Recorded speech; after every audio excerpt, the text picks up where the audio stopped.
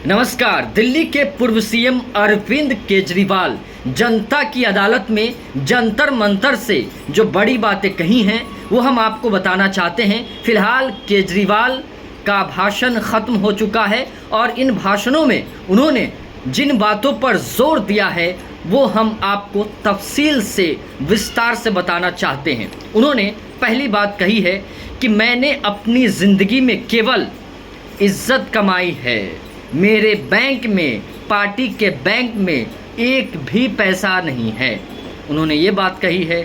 दूसरी बात, दिल्ली के अंदर मुझे रहने के लिए एक भी बंगला नहीं है। कुछ दिन बाद सरकारी आवास छोड़कर मैं किसी आदमी के घर चला जाऊंगा, वहीं रहूंगा।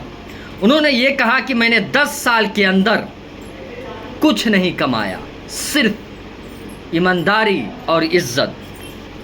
उन्होंने कहा कि बीजेपी वाले मुझे चोर कहते हैं। जब बीजेपी वाले मुझे चोर कहते हैं तो मुझे फ़र्क पड़ता है। उन्होंने बहुत बड़ी बात कह दी है, मुझे फ़र्क पड़ता है चोर कहने पर।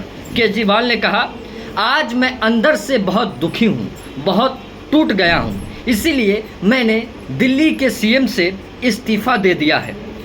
मोदी सरकार हमारे खिलाफ सबसे कठोर कानून लगवा दिए हैं। ईडी वाला कानून, पीएमएलए कानून, जिसमें बेल भी नहीं है। उन्होंने ये भी बात कही है। और आपको बताना चाहते हैं कि उन्होंने ये भी कहा है, कोर्ट मुझे बाइज्जत जब तक बरी नहीं करती मैं कुर्सी पर नहीं बैठूंगा।